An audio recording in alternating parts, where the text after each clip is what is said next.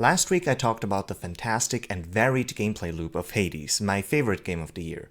In that video, I mentioned that I'd be posting a second video going more in depth on the story. I found this necessary because Hades' story is arguably the most revolutionary thing in the game, and in many ways I haven't seen before. To understand why the developers even felt this was necessary, we need to first take a look at how the story in Hades is told. Because the idea behind a game like Hades, and by extension its entire genre of games, is to be played endlessly. The story needed to be molded around that. Usually, this is done by A, including as little of actual story as possible and supplementing the rest through lore, or B, sticking to one central narrative but leaving it open-ended as to not interfere too much with the gameplay. Both of these examples are based around the idea of not being a nuisance to the player while they focus on what they are actually playing the game for, the gameplay loop itself. They are also sorely necessary because no matter how you tackle your budget in regards to your storytelling, you'll never be able to tell a story that literally has no end, just like the roguelike gameplay. And often, stretching something in video games comes with a drastic decline in quality. So how do you tackle this issue as a studio famous for rich storytelling that interlocks perfectly with gameplay? Well, you make it so the player will virtually never run out of story to play through. Wait, what? As someone who is fascinated by the finances behind games and the way budgeting works in this industry, I was baffled by this idea. It seemed like way too big of a risk to take. And you want to know the craziest part about it? It paid off. Seriously. Most Hades players will not ever run out of story content, long after they might be done with the gameplay itself. Now, while this is an incredible feat, it is helped by a few clever tricks. Firstly, story interactions in Hades mostly come through very short dialogues, often just a few lines long, that nonetheless feed into larger tales. Characters may react to the way you died, the weapon you're wielding, who you've met and befriended, the heat level you're on in the punishment contracts, and much more. We may never find out about the true scope of these. Some of these interactions may repeat themselves, but the game is programmed in such a way that a line can only be repeated if you truly haven't heard it in a long while. Meaning, very different from other games, there's no constantly repeated one-liners that become funny, then exaggerated, and lastly annoying, ultimately turning you away from the game. Instead, repeated lines in Hades feel more akin to a distant memory that you can't really categorize. What these small lines also achieve is added freedom to the player. I won't lie, I often skip dialogues when I just wanted to quickly move on or didn't particularly care about what a certain character had to say to me in the given moment. But even here the devs were incredibly smart.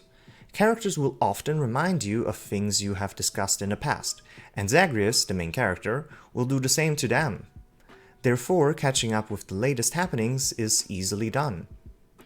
However, there is also a main plotline that is relatively quickly resolved, but which has more budget and oomph behind it. Namely, Zagreus trying to escape from Hell to finally reconnect with his mother Persephone on the surface, while gaining the favor of the Olympian gods.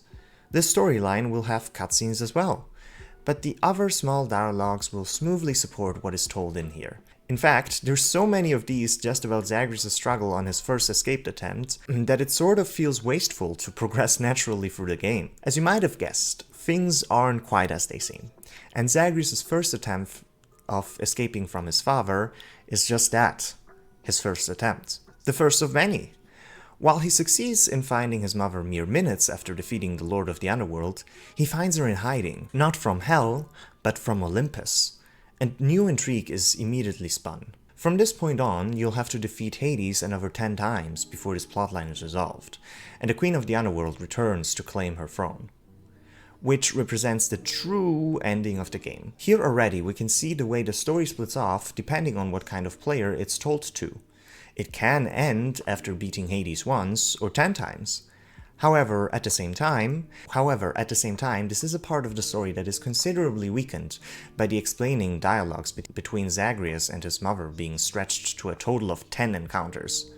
making her often seem unintentionally cruel, as she expects her son to seek her again and again until she finally decides to come home with him. Fortunately, an issue as extreme as this one never comes up again, but characters being a bit meandering with their interpersonal relationships seems to somehow be a running theme, and bleed into other plotlines as well, which might be the only major weakness of the storytelling in this game. At best, it feels natural.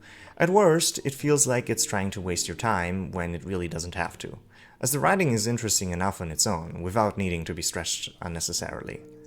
That said, the style of melodrama this creates is undoubtedly befitting of old Greek theater. I know it may sound like blasphemy, but much of what was written back then is akin to modern soap operas. No, seriously, it is.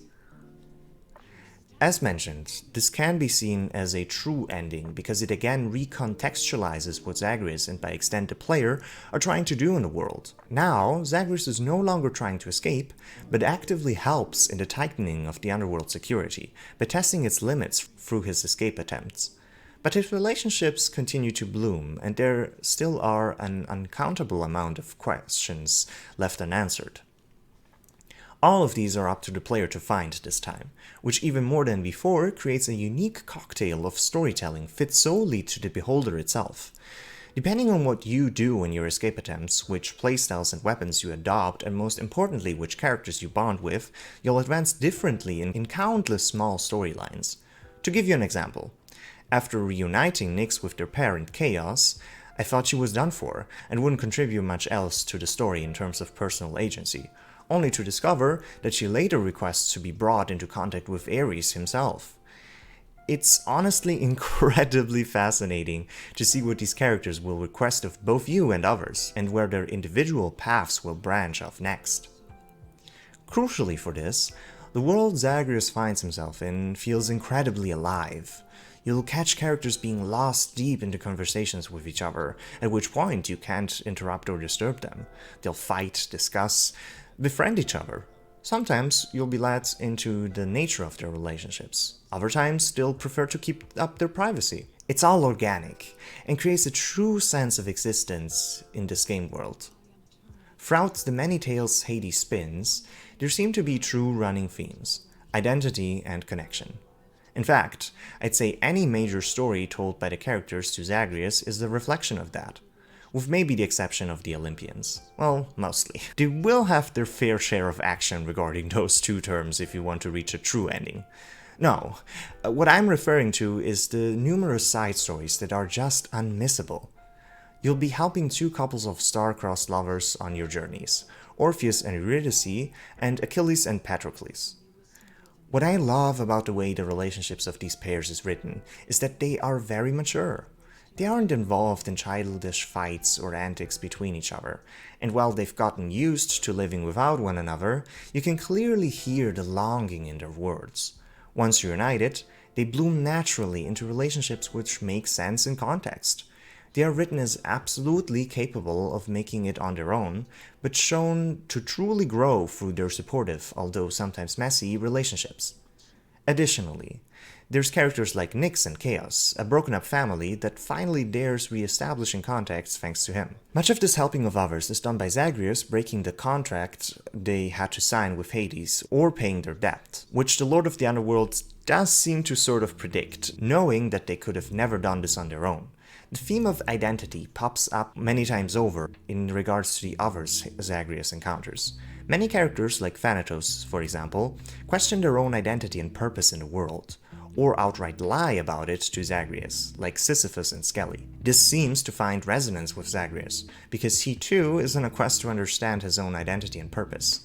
Not only are the lovers a parallel to Zagreus' struggle with family and relationships, but the characters questioning themselves or hiding the truth reflect Zagreus' confusion as well. He doesn't even know if he's to be considered a god, and if so, the god of what? Spoilers, he's the god of blood. Isn't that fucking sick? But yeah, no, it's a world where everyone is ultimately struggling with the same things, which, unlike your goth friend you met on Discord named Jared will have you believe, is just like our world.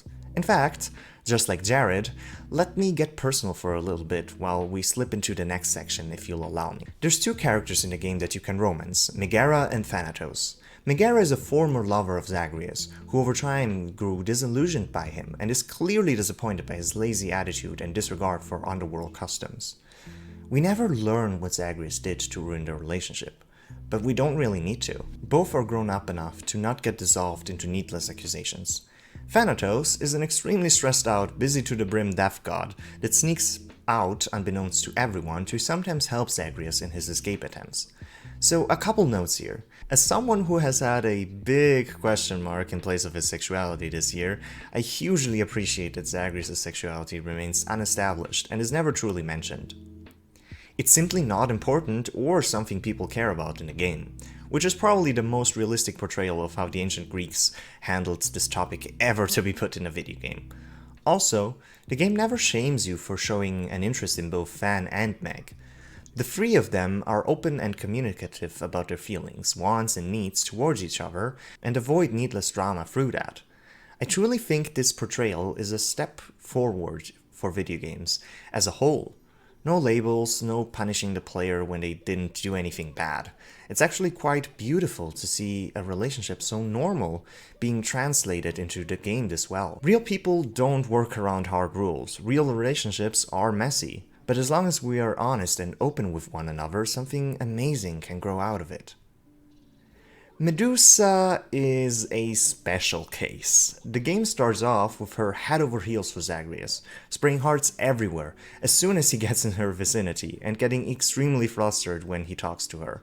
While it at first looks like she might be a third, alternative, albeit comedic, romancing option, her story takes a very different path.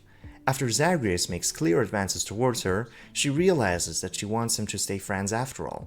I mean, he is the son of her boss, and while her feelings towards him are undeniably strong, having a crush on him didn't allow her to create as deep of a bond towards him as she would want him to have. So, the two decide to remain great friends for all time. This is also in the wake of her great relationship with Megara, which never devolves into jealousy, even as she gets closer to Zagreus again. This too struck great resonance with me. Let's just say I've been in a very similar situation as Dusa, and funnily enough, I realized its solution basically parallel to how she did in the game. This all to say that the stories Hades tells are incredibly human, and the way they change and evolve over time naturally as you play are unbelievably lifelike. In a way I've never seen in video games before. It feels weird, but the theme of afterlife Hades represents over time seems to turn the hell Zagreus finds himself in a sort of, well, almost heaven. A peaceful place of understanding where people just communicate openly with another. This is truly something else storytelling-wise, and I can't wait what the developers do next. Thanks for watching.